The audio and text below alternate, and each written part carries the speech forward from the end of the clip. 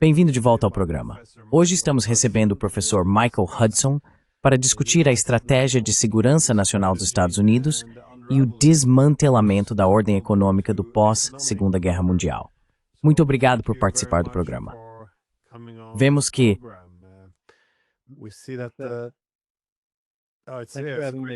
Obrigado por me receber de volta.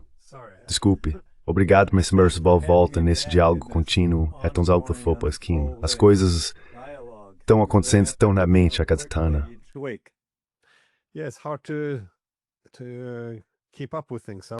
É difícil acompanhar as coisas. Eu sempre digo que na academia passamos muito pouco tempo acompanhando os acontecimentos atuais. Mas hoje em dia, muito tempo é gasto observando essas mudanças enormes que acontecem de uma semana para outra. Costumamos ver que o discurso político tende a se concentrar, acho que de forma excessiva, em indivíduos. Então, quando olhamos para o desmantelamento do Ocidente político e também das estruturas econômicas da ordem hegemônica, isso costuma ser atribuído à personalidade de Trump. No entanto, há um fenômeno muito maior em jogo aqui, sobre o qual pessoas como você vêm falando há bastante tempo. Os blocos fundamentais dessa ordem econômica estão sendo minados. Achei que um bom ponto de partida seria ouvir sua opinião sobre como você interpreta essa nova estratégia de segurança nacional, sob uma perspectiva, digamos, um tanto econômica.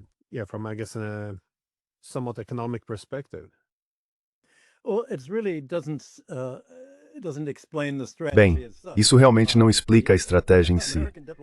Os diplomatas americanos não vão sair por aí dizendo: aqui está nossa estratégia para forçar vocês a fazerem sacrifícios em suas economias para promover o América em primeiro lugar. E os seus países, Alemanha, os países europeus, Japão, Coreia do Sul, também devem colocar os Estados Unidos em primeiro lugar, e não os próprios países. Isso reverte quase toda a ordem econômica dos últimos 80 anos, que os próprios diplomatas americanos estabeleceram em 1945. Naquela época, os Estados Unidos eram a potência industrial dominante após a Segunda Guerra Mundial. Era uma potência monetária dominante, a caminho de deter 80% do ouro monetário mundial até 1950. E o resto do mundo realmente precisava do apoio americano.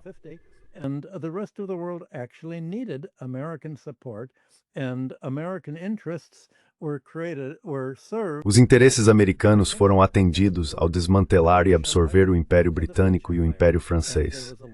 Houve uma longa discussão que eu cito e descrevo em meu livro Superimperialismo, na Câmara dos Lordes Britânica, onde disseram: bem, sabemos que os planos americanos de livre comércio e livre investimento significam o fim da área da libra esterlina, com as libras bloqueadas da Índia e de outros países da área da libra que precisavam ser gastas em produtos e manufaturas britânicas. Na realidade, sabemos que nossa economia está bastante devastada. E esse livre comércio e investimento significam que os Estados Unidos vão se apropriar de todas essas poupanças dos países que agora chamamos de Sul Global, acumuladas durante a Segunda Guerra Mundial. Assim, essa ordem de livre comércio e investimento era quase uma ideologia evangelística.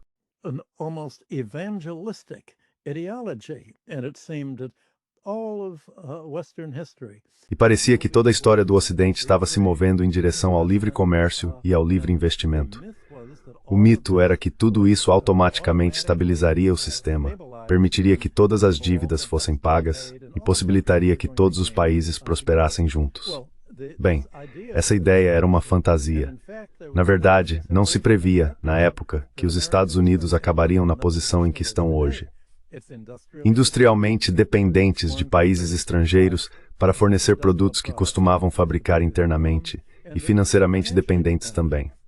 Seus gastos militares no exterior eram tão grandes que representavam todo o déficit do balanço de pagamentos dos Estados Unidos desde o início da Guerra da Coreia, em 1950-1951. A partir desses anos, o balanço de pagamentos dos Estados Unidos começou sua longa e constante trajetória rumo ao déficit, inundando o mundo com dólares.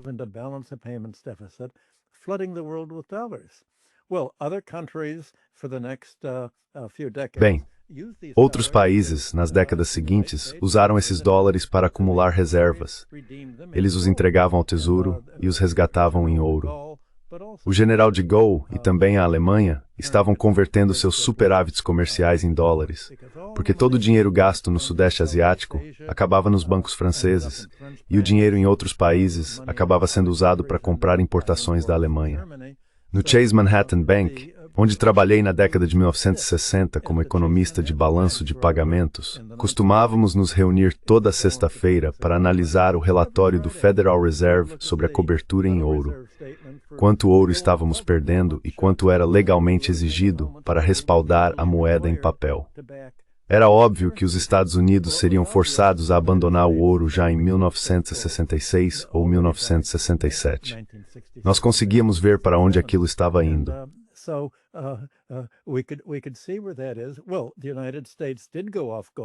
Bem, os Estados Unidos realmente abandonaram o padrão ouro, e quando o fizeram, criaram um sistema em que se os bancos centrais estrangeiros não podiam trocar seus dólares por ouro, o que fariam com eles? Havia muito pouco que pudessem fazer, exceto ceder à pressão dos diplomatas norte-americanos para comprar títulos do Tesouro dos... Assim, na prática, eles estavam reciclando todos os dólares que os Estados Unidos gastavam em operações militares, por bases e guerras ao redor do mundo. Todo esse dinheiro era reciclado de volta para os Estados Unidos para financiar seu déficit comercial e de balanço de pagamentos, o que permitia ao governo continuar gastando no exterior às custas de outros países. Com o tempo, isso permitiu que os Estados Unidos se desindustrializassem e, como dizem os economistas, deixassem de viver dentro de seus próprios meios.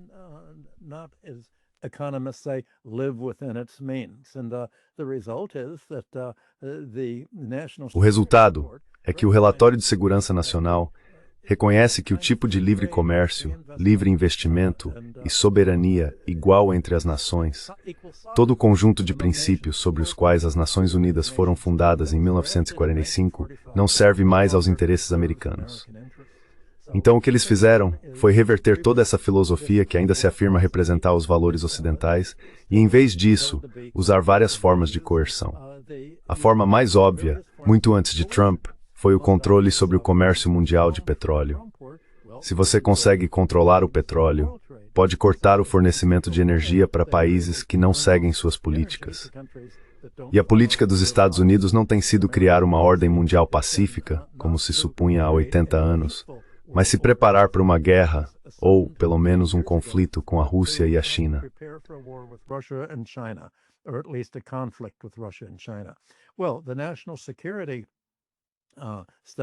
Bem, o estudo de segurança nacional não vai simplesmente dizer queremos controlar o petróleo para cortar sua energia e fazê-lo sofrer como a Alemanha se você não seguir as regras do America First que estamos estabelecendo.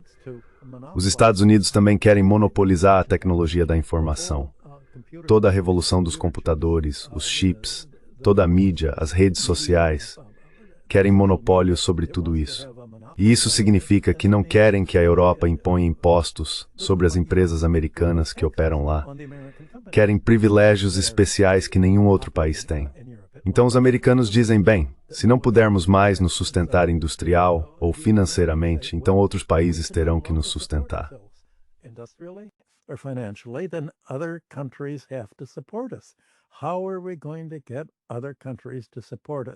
Como vamos conseguir que outros países nos apoiem? Esse é o verdadeiro problema. E o que não é reconhecido é a suposição mais problemática que sustenta todo esse relatório de segurança nacional. A ideia é que, de alguma forma, se os Estados Unidos conseguirem impor um sistema coercitivo de comércio, investimento e finanças a outros países, eles transferirão suas indústrias da Alemanha, França, Coreia e Japão para os Estados Unidos. E esses países, de alguma forma, estarão dispostos a reindustrializar a América. Nada disso leva em conta porque os Estados Unidos se desindustrializaram em primeiro lugar. Quais são as dinâmicas que tornaram o investimento industrial tão menos recompensador do que a financiarização? Ganhar dinheiro simplesmente com dinheiro.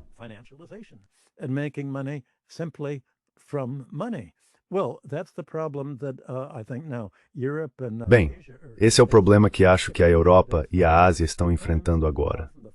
Se você olhar o Financial Times de hoje, da primeira à última página, é tudo sobre as preocupações europeias de que toda a economia financeira dos Estados Unidos se tornou uma bolha especialmente a bolha da inteligência artificial e as questões de alavancagem de dívidas pesadas. Donald Trump está seguindo o mesmo caminho que Margaret Thatcher e Ronald Reagan seguiram depois de 1980. Desregulamentar a economia, eliminar todas as regras que protegem investidores e consumidores e transformar tudo em um vale-tudo. Bem, acho que a maioria dos gestores de fundos que conheço e os CEOs com quem converso dizem que há uma grande crise se formando. Como você vai se preparar para isso?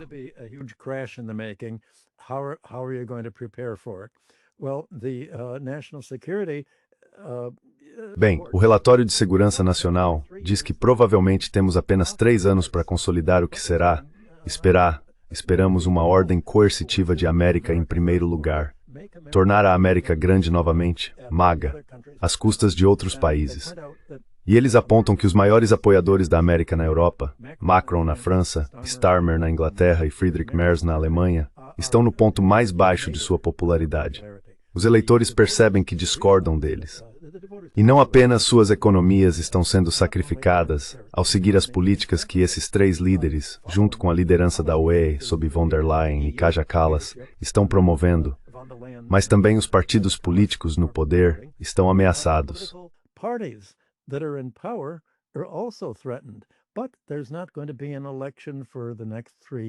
Mas não haverá uma eleição pelos próximos 3 anos. Então isso dá aos Estados Unidos 3 anos para que seus principais apoiadores tentem colocar em prática essa campanha. Uma nova ordem econômica, uma nova ordem econômica que vai substituir a ordem econômica multilateral. E as principais vítimas disso serão, como de costume, os aliados mais próximos da América. Os países da Europa Ocidental, os países da OTAN, o Japão, a Coreia do Sul e as nações de língua inglesa, Austrália e Nova Zelândia. É muito mais difícil convencer a China, a África e o restante do Sul global, ou os parceiros asiáticos e eurasiáticos da China, a aderirem a isso. E, portanto, o relatório reconhece que, bem, o mundo vai se dividir em esferas de influência.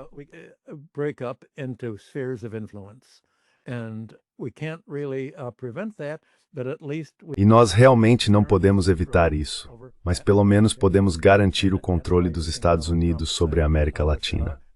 É por isso que você vê Donald Trump dizendo que, apesar dos investimentos da China na Venezuela e no Brasil, a América Latina é nosso território. Esses são nossos cleptocratas, nossas oligarquias clientes no poder, nossas ditaduras militares, e não vamos deixar vocês entrarem. Mas aparentemente eles dizem, tudo bem, a China tem sua esfera de influência junto com a Rússia e a Eurásia e está tentando encaixar o Japão nesse grupo de 5. Os Estados Unidos, seu satélite da Europa Ocidental. A Europa Ocidental é um satélite. Rússia, China, então são 4. Mas os Estados Unidos querem a maioria, então tem o Japão, que sempre vota com os Estados Unidos.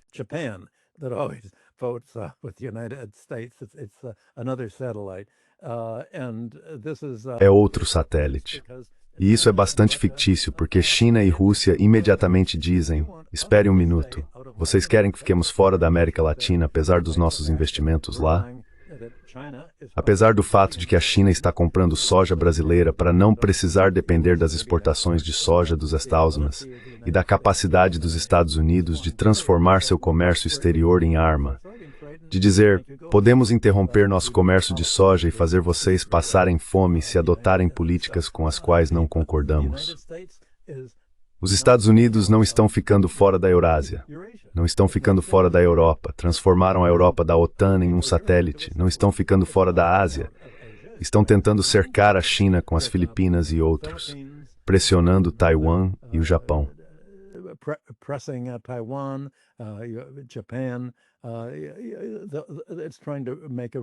Está tentando fortalecer os acordos do Quad, junto com a Austrália, para, de certa forma, cercar a China. Mas para Trump, a doutrina Monroe significa que vocês devem ficar fora da América do Sul, enquanto nós não ficaremos fora do seu território. Então, na verdade, isso significa que os Estados Unidos podem, de alguma forma, manter seu status único como a potência unipolar que domina o mundo inteiro. Bem, isso é uma fantasia, e o relatório de segurança nacional não vai dizer que é uma fantasia. Eles simplesmente se concentram no fato de que a Europa tem sua própria fantasia. a de que de alguma forma pode ser um ator independente em tudo isso.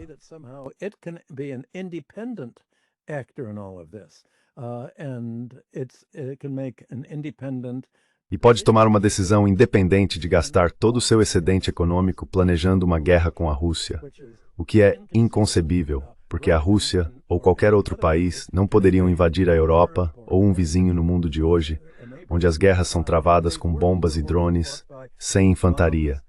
E sem infantaria, você nunca vai ocupar um país e tomá-lo. Só é possível fazer isso de forma sorrateira, apoiando as campanhas de políticos leais a você. Pois bem, foi assim que os Estados Unidos controlaram a Europa. Por meio de sua interferência nas eleições europeias desde 1945, especialmente na Itália, quando havia uma ameaça do Partido Comunista, e em todo o restante da Europa da OTAN. O que se vê hoje é que isso criou uma espécie de monstro de Frankenstein, agora fora de seu controle.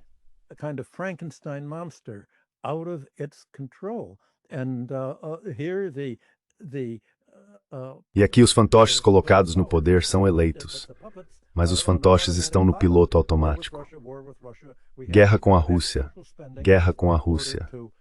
Precisamos reduzir os gastos sociais para criar nosso próprio complexo militar industrial, para finalmente oferecer empregos industriais que já não conseguimos gerar no mercado, porque cortamos o comércio com a Rússia. Bem, esse é um dilema e o Relatório de Segurança Nacional reconhece esse fato. Essencialmente, pode-se dizer que ele se destina em grande parte à Europa, porque os outros países do mundo, as outras regiões, já estão basicamente definidos na direção que estão seguindo. Essas regiões enfrentam a mesma escolha que a Europa. Qual será o seu futuro econômico?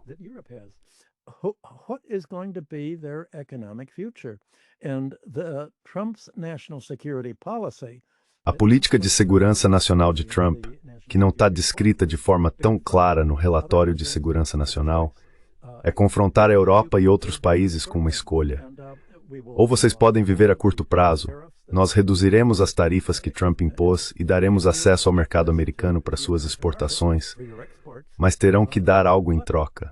Vocês precisam seguir a política americana. Para que possamos lhes dar acesso ao mercado americano, vocês devem aderir às nossas sanções contra a Rússia, a China, o Irã e qualquer outro país que designarmos como não seguindo a política americana e, portanto, nosso inimigo. Também precisam concordar em investir e transferir suas principais empresas industriais do seu país para os Estados Unidos.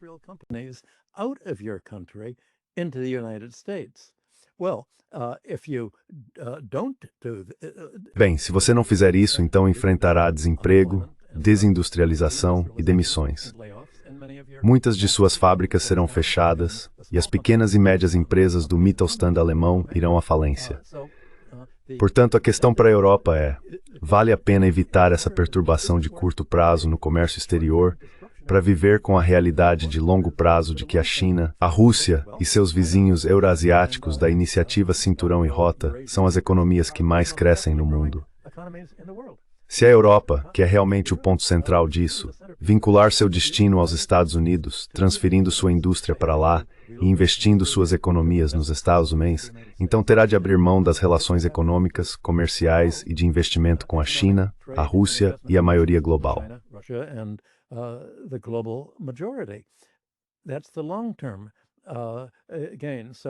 Esse é o ganho de longo prazo. Então, o que vai ser escolhido? Bem, os políticos vivem para o curto prazo, e os políticos europeus têm 2 ou 3 anos antes das próximas eleições. Esse é o horizonte deles.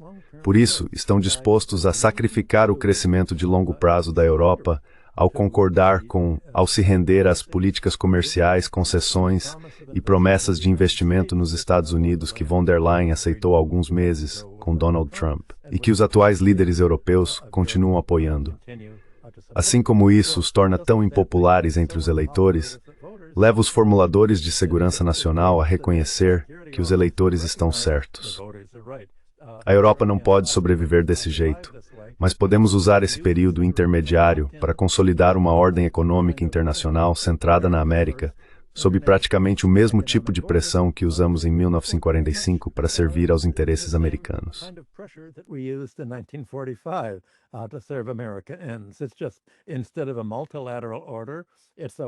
É só que, em vez de uma ordem multilateral, é um sistema em que um país leva tudo. Nosso ganho é sua perda. Colocar a América em primeiro lugar significa que vencemos às suas custas. E isso será às custas da Europa, se ela quiser se defender da Rússia e reconstruir seu complexo militar industrial. Bem, esse é o problema dela. A América está lavando as mãos disso. A esperança do relatório de segurança nacional é que, de alguma forma, consiga persuadir a Rússia a suspender as sanções contra ela, para fazer um tipo de investimento dos Estados Unidos na Rússia.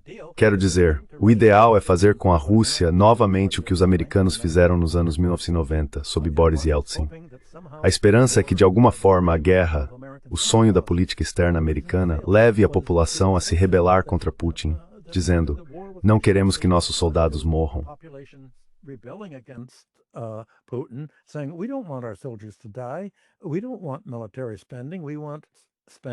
Nós não queremos gastos militares, queremos gastos com bens de consumo, queremos comerciar com a Europa. Bem, nada disso acontece. Quando você bombardeia um país, eles não se voltam contra o líder, eles se unem em torno dele. Então, há uma espécie de fantasia por trás não apenas deste relatório, mas também da política de Trump. E a fantasia é que outros países não têm alternativa a não ser se render a Trump. E claro, existe uma alternativa, mas escolher o comércio aberto de longo prazo com a Eurásia significa perder o mercado americano no curto prazo. Essa é a tensão que a Europa enfrenta, assim como o Japão, a Coreia e os aliados mais próximos dos Estados Unidos. É interessante, no entanto.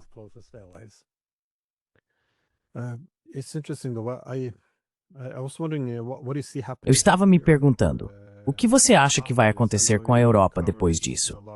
Sei que você já abordou esse assunto, em grande parte, mas toda a relação entre os americanos e os europeus, após a Segunda Guerra Mundial, tinha uma premissa muito diferente.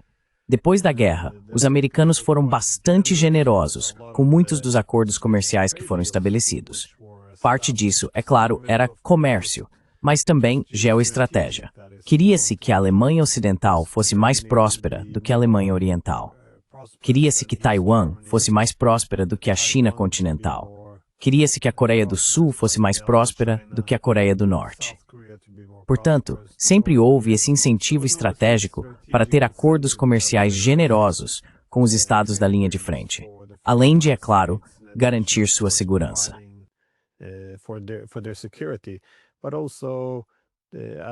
Mas também, devido à situação econômica dos Estados Unidos, havia, claro, um interesse em construir confiança nos bancos norte-americanos. É o dólar, a dependência deles, da tecnologia e da indústria. E, novamente, as grandes empresas dos Estados Unidos realmente cresceram muito durante a Segunda Guerra Mundial. Os Estados Unidos se tornaram essa potência industrial, o país líder em tecnologia. E todo esse potencial de domínio, é claro, gerou preocupações sobre o protecionismo na Europa, algo que costuma acontecer após uma guerra. Portanto, havia a necessidade de abrir esses mercados.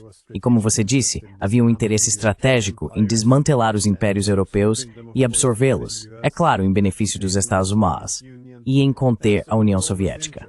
Assim, existiam todos esses interesses que sim eram estratégicos, mas tudo isso se traduziu em uma posição muito privilegiada para os europeus dentro de um sistema econômico aberto.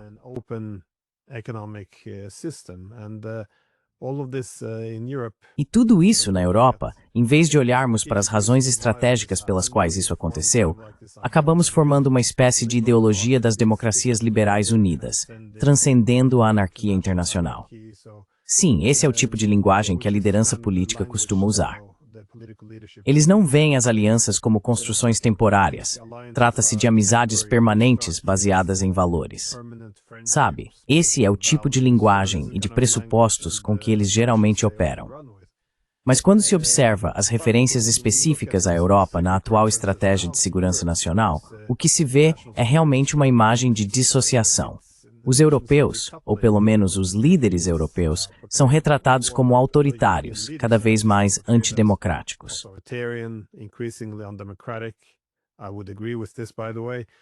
Eu concordaria com isso, aliás. O declínio econômico, difícil discordar disso também. E além disso, uma postura muito irracional em relação à Ucrânia. Dá para ver isso na linguagem agora.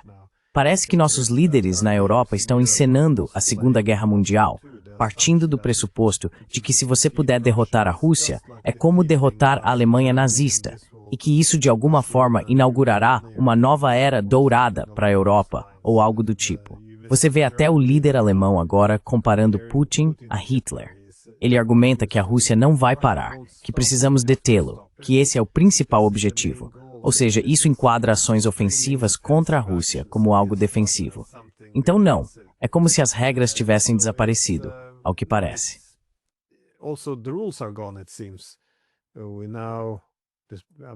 Estou presumindo que várias potências europeias estão pelo menos ajudando a Ucrânia em ataques a navios civis russos. E claro, a apreensão dos fundos russos, que por si só é legal, mas até mesmo as regras dentro da UE agora foram completamente invertidas. Não há mais votação a cada 6 meses para renová-la. A liderança da UE simplesmente decidiu proibir isso de agora em diante. Será uma apreensão permanente dos fundos da Rússia, já que todos os 27 Estados-membros teriam agora que concordar unanimemente em liberá-los, o que não consigo imaginar acontecendo. Mas, novamente, há essa conversa aberta sobre travar uma guerra que eles não podem vencer. Eles não têm tropas, não têm apoio político, não têm apoio público. Então você vê isso como a UE estando perdida de forma sistêmica ou estrategicamente?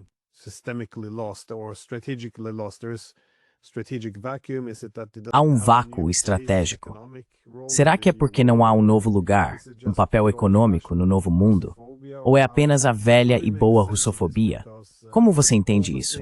Porque todas as coisas que definiram a UE nos últimos anos, essa potência econômica, a boa governança, a escolha da diplomacia em vez da guerra, e o mais importante de tudo, o fato de ser baseada em regras, agora foram deixadas de lado.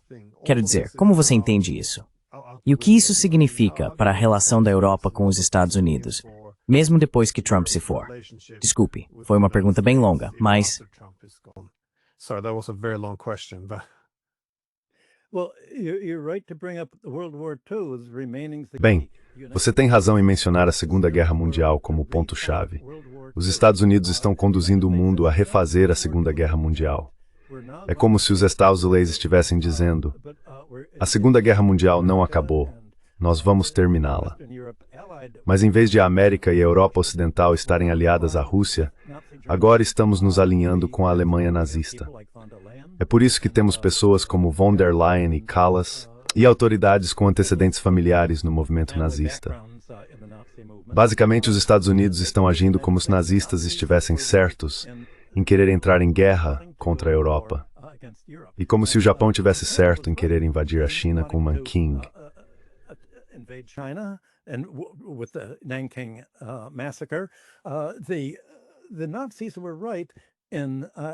Os nazistas estavam errados em odiar os falantes de russo e a população eslava, vendo-os geneticamente como sub-humanos. Os japoneses também estavam errados em tratar os chineses como racialmente inferiores e atacá-los. É por isso que estamos apoiando na Ucrânia o governo neonazista que continuamos a sustentar logo após a Segunda Guerra Mundial e mantivemos influente com sua filosofia racista e nazista. Também por isso, no Japão, MacArthur encontrou uma forma de se opor ao nascente movimento socialista, trabalhando com gangues criminosas para combater os socialistas e instalar líderes direitistas fantoches. Assim, neste momento, há uma líder japonesa intensamente combativa se preparando para uma guerra com a China.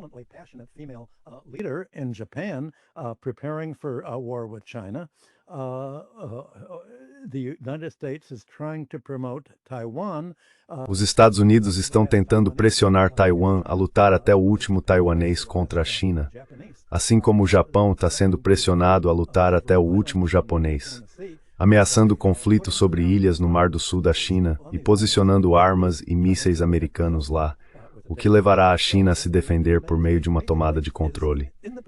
Assim, os Estados Unidos estão basicamente assumindo a posição da Alemanha nazista ao criar uma nova aliança de estilo nazista. Europa Ocidental, Ucrânia, Japão e, com sorte, elementos em Taiwan e outros países. Da mesma forma que antes usaram a Argentina e outras ditaduras militares de direita na América Latina. E o resto do mundo parece cego ao fato de que a Terceira Guerra Mundial não será travada da mesma forma que a Segunda Guerra Mundial foi.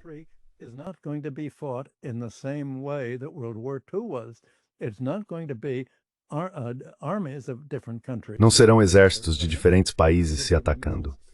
Como mencionei, serão mísseis. E o presidente Putin disse nas últimas semanas que toda a ficção da esperança de Trump por um cessar-fogo ou um acordo entre a Ucrânia e a Rússia. Putin disse que nossa luta não é com a Ucrânia, é com a Europa Ocidental. A Ucrânia é apenas a arena, o campo de batalha da luta dos partidos europeus de direita. O Partido Trabalhista Britânico sob Starmer, orwelliano, um nome de duplo pensar, os democratas cristãos de Merz e o partido de Macron, que ele começou como socialista e depois transformou em seu próprio partido em 2016. Esses são os líderes unindo nessa nova guerra.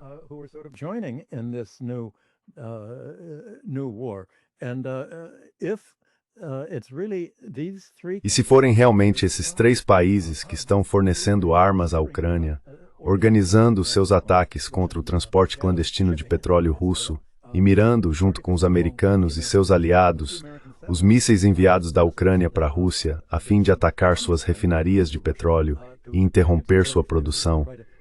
Então, disse Putin, percebemos que, embora esses mísseis venham da Ucrânia, na verdade não é a Ucrânia que está fazendo isso. A Ucrânia é um governo fantoche, instalado pelos Estados Unidos em Maidan em 2014, e agora é abastecida com armas em grande parte pela Europa. Retaliaremos contra os países que nos enviam esses mísseis e que estão nos atacando.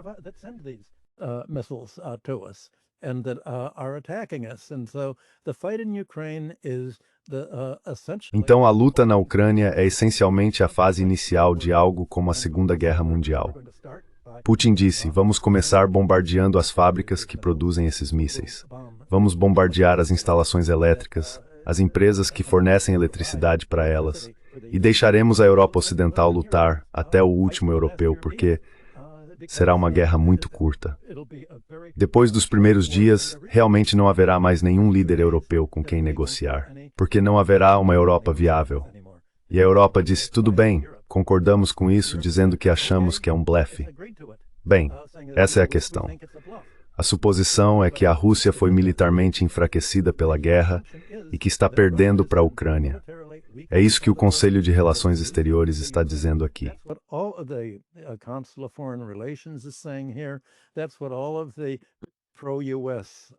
É isso que toda a mídia pró-Estados Unidos está dizendo. E é como você sabe pelos convidados que já teve no seu programa, Glenn, tudo uma ficção. Não é isso que está acontecendo de fato. Então, o que está sendo questionado aqui é, pode-se dizer, a abordagem materialista da política externa e, na verdade, da própria história. A suposição da abordagem materialista é que os países agem de acordo com seus interesses econômicos.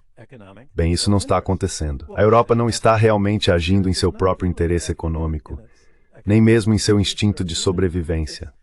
Está agindo de acordo com o que Trump chama de interesse América em primeiro lugar. Mas esse interesse não é realmente o dos Estados Unidos, exceto no sentido de que significa o que restou dos vestígios da indústria e da tecnologia alemãs, e também da França e de outros países.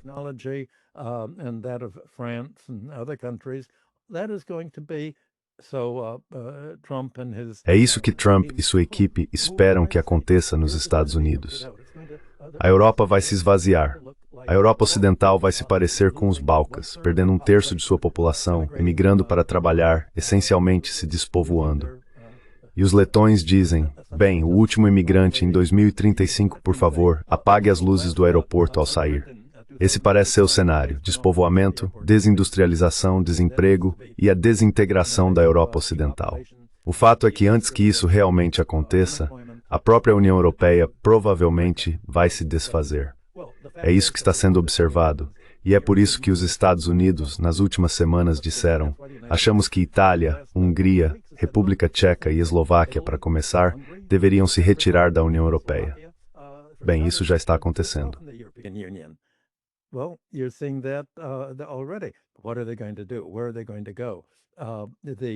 O que eles vão fazer?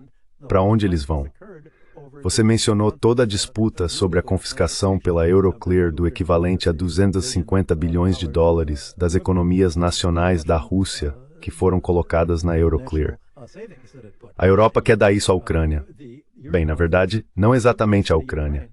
A Europa quer dar isso ao seu próprio complexo militar e industrial para construir fábricas.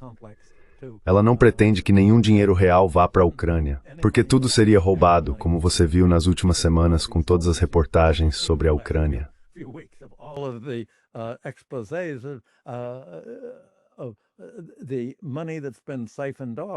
O dinheiro que foi desviado, talvez um terço de todo o dinheiro gasto na Ucrânia, acaba nos bolsos dos cleptocratas que tomaram o poder e governam o país nos últimos 15 anos. Segundo o Banco Mundial, é o país mais corrupto do hemisfério norte. Então eles realmente querem dar dinheiro a esse país claramente corrupto? Bem, não querem, exceto pelo fato de que muito do dinheiro que dão à Ucrânia é reciclado de volta para os líderes europeus que o aprovaram. É um fluxo circular. Os líderes europeus recebem um retorno para suas próprias campanhas e contas pessoais. Na verdade, esse dinheiro não é gasto na defesa ucraniana. It's not really spent on Ukrainian defense at all. That's why Ukraine's losing so much. That's why there's so. É por isso que a Ucrânia está perdendo tanto. É por isso que há tantas deserções no exército, com soldados dizendo: espere, surgiu uma barreira aqui, deveríamos ter todo esse apoio militar, mas nada disso jamais chegou. Parece que os generais responsáveis pelo dinheiro simplesmente colocaram tudo em seus próprios bolsos. Bem, essa é a situação que temos. Essa não é uma situação estável. É por isso que tudo está se desenrolando semana após semana. E eu acho que, a cada semana em que você recebe seus convidados, há uma nova história, uma nova revelação, uma nova mudança nesse equilíbrio que está se transformando tão rapidamente que é muito difícil prever se há risco de acontecer um acidente. Parece ser esse o caso.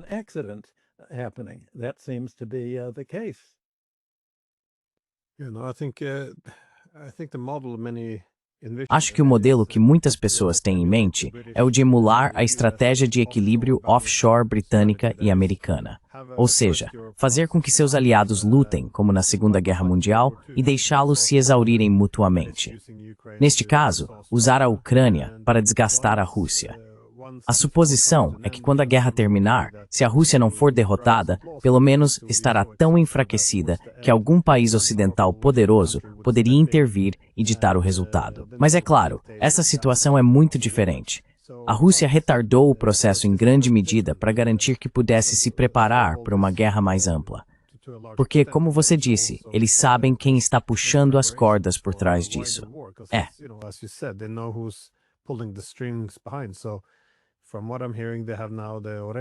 Pelo que estou ouvindo, eles agora têm os Oreshniks em produção em massa. Eles também estão deixando claro que se os europeus planejarem entrar nesta guerra e atacar a Rússia, não estarão lutando contra o povo ucraniano irmão. Estarão lutando contra a Rússia. As potências ocidentais, nesse caso, deixariam de lado as restrições quanto ao tipo de armamento que empregariam. Então, acho que estamos trilhando um caminho muito perigoso. E agora que os americanos estão tentando entregar tudo isso aos europeus, e os ucranianos estão desmoronando na linha de frente, os russos estarão... Bem, os europeus terão um incentivo para agir com muito mais força contra os russos, com ataques mais diretos, enquanto os russos perceberão que têm mais liberdade para agir.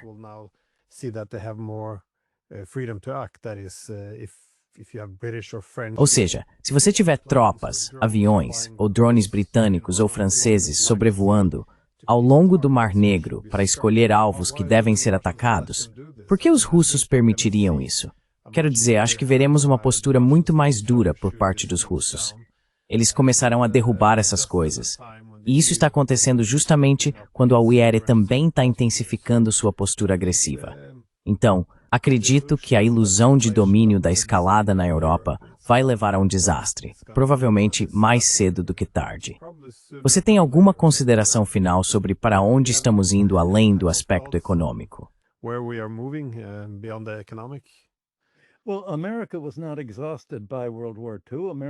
Bem, os Estados Unidos não ficaram exaustos após a Segunda Guerra Mundial. Os Estados Unidos saíram da Segunda Guerra Mundial muito mais fortes, industrial e financeiramente, do que estavam antes da guerra. Mesmo a Alemanha havia aumentado sua indústria durante a Segunda Guerra Mundial. A Rússia, obviamente, tem crescido muito mais rapidamente durante a guerra na Ucrânia do que a Europa da OTAN. Portanto, é pura fantasia dizer que a economia russa está de alguma forma desmoronando. É exatamente o oposto do que está acontecendo. E isso é algo que os militares americanos, o Departamento de Estado e os diplomatas americanos não conseguem admitir. E aqui está o problema. É um problema burocrático nos relatórios de segurança nacional dos Estados Unidos.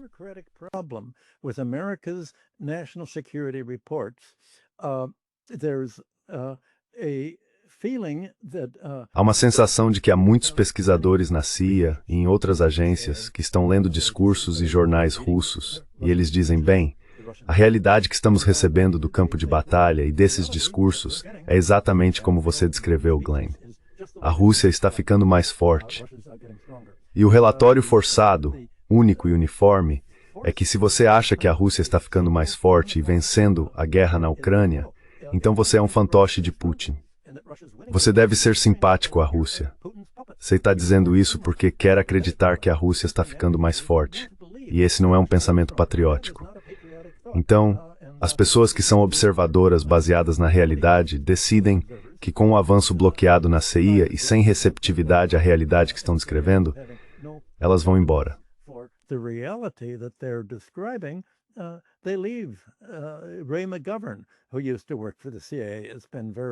Ray McGovern, que costumava trabalhar para a CIA, tem sido muito claro ao descrever isso. Ou você concorda, ou é do nosso jeito, ou nada feito. Assim, a CIA, o Departamento de Estado e o Pentágono têm uma burocracia de bajuladores que não vão discordar nem apontar as falhas dessa estratégia. E é isso que é tão insano. Não há um diálogo realmente aberto, nem freios e contrapesos. É como se todo mundo acreditasse no que é publicado no New York Times e no Washington Post, a imprensa pró-guerra, anti-Rússia, neoconservadora e neoliberal. Falta compreensão tanto do inimigo quanto de si mesmo.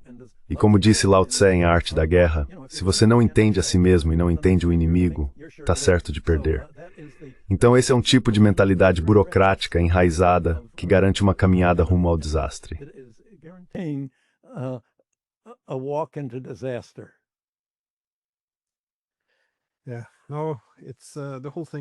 É muito frustrante assistir a tudo isso da Europa, eu diria, porque há todas essas coisas que deveriam ter sido feitas e estamos fazendo exatamente o oposto.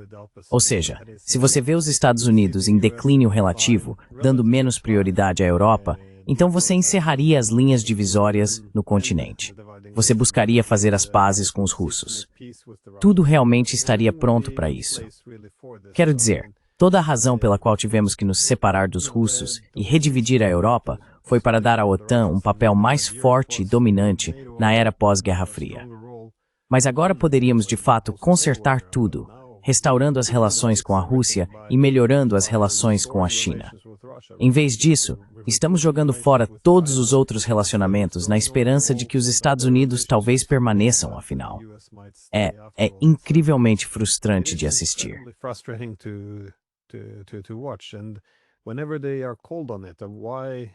E sempre que são questionados sobre isso, por que não adotamos uma abordagem diferente? Por que não simplesmente normalizamos as relações com a Rússia? Eles dão respostas absurdas. Bem, não podemos trair a Ucrânia. Mas é justamente essa confrontação com a Rússia que destrói a Ucrânia. Ou então surgem essas fantasias de que Putin é Hitler, de que eles querem conquistar a Europa. Tudo isso é um absurdo. E novamente, como você sugeriu, não há uma discussão real quando a lógica principal é que a Rússia, ou a URSS, ou o Império Russo, simplesmente querem conquistar toda a Europa. E qualquer um que discorde é um putinista. É uma ótima maneira de garantir que não haja debate, porque é basicamente concordar com o absurdo ou ser considerado um traidor. Então, é extremamente frustrante de assistir. E também é uma das consequências, eu acho, de a Europa essencialmente trair todos os valores centrais que dizia defender. É isso.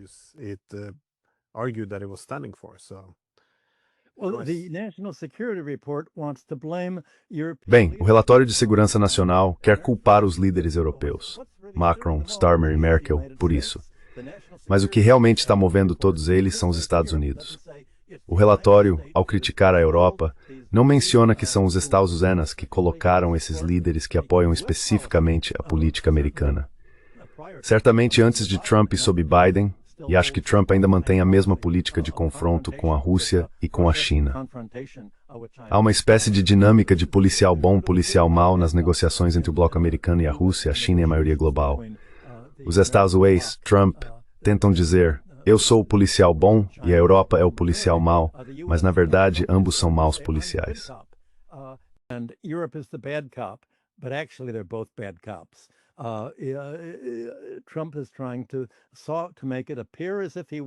Trump está tentando fazer parecer que quer o prêmio da paz, mas ele não quer o prêmio da paz. Ele quer esconder o fato de que é o líder mais belicista que os Estados Unidos já tiveram. Está tentando encobrir isso dizendo, bem, eu sou a favor da guerra pela paz. A paz é o meu negócio, não a guerra. Na realidade, ele está totalmente alinhado com Rubio, seu secretário de Estado, e a liderança do Senado, Mitch McConnell. Todos eles são neoconservadores, todos neoliberais no mesmo barco. Mas se conseguirem fazer com que os europeus culpem seus próprios líderes e, de alguma forma, elejam pessoas atraentes, outro tipo de Zelensky europeu, que dizem querer a paz e em seguida imediatamente passam a seguir quem os paga para fazer guerras, então o ciclo continua.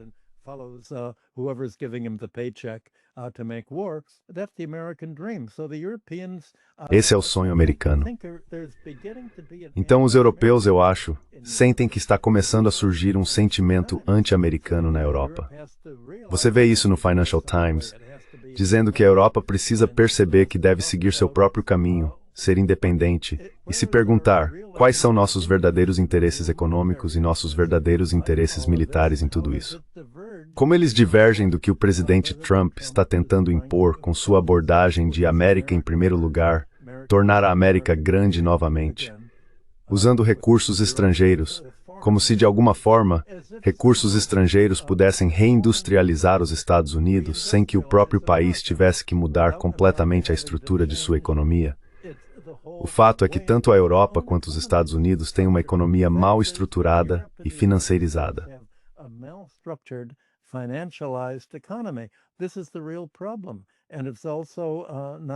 Esse é o verdadeiro problema, e também perdeu seu contexto democrático em relação à economia. Tudo mudou, e tudo que os Estados Unidos e a Europa precisam fazer para promover essa visão de mundo é criar uma narrativa fictícia. Essa narrativa é transmitida por meio das declarações dos políticos e da mídia pública. E em quem você vai acreditar? Nos seus próprios olhos ou na mídia pública? Essa é a questão. Os eleitores europeus obviamente rejeitam as políticas de seus líderes, mas não percebem que esses líderes são de certa forma marionetes americanas, enquanto os defensores da alternativa não são marionetes de Putin. Eles são os realistas e entendem que não há necessidade de guerra. É algo fictício, não é que sejam pacifistas, simplesmente não há necessidade de guerra.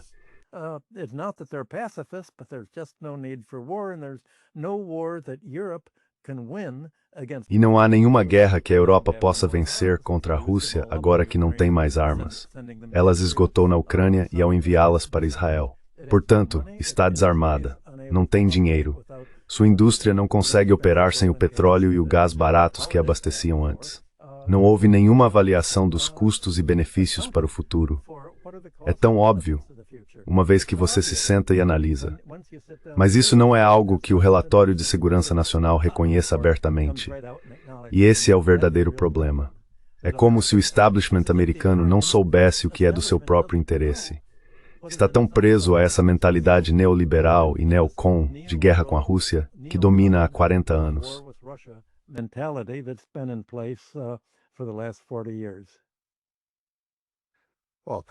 Bem, professor Hudson, muito obrigado pelo seu tempo. Esses são, sim, tempos interessantes. Então, obrigado. Obrigado por me receber, Glenn.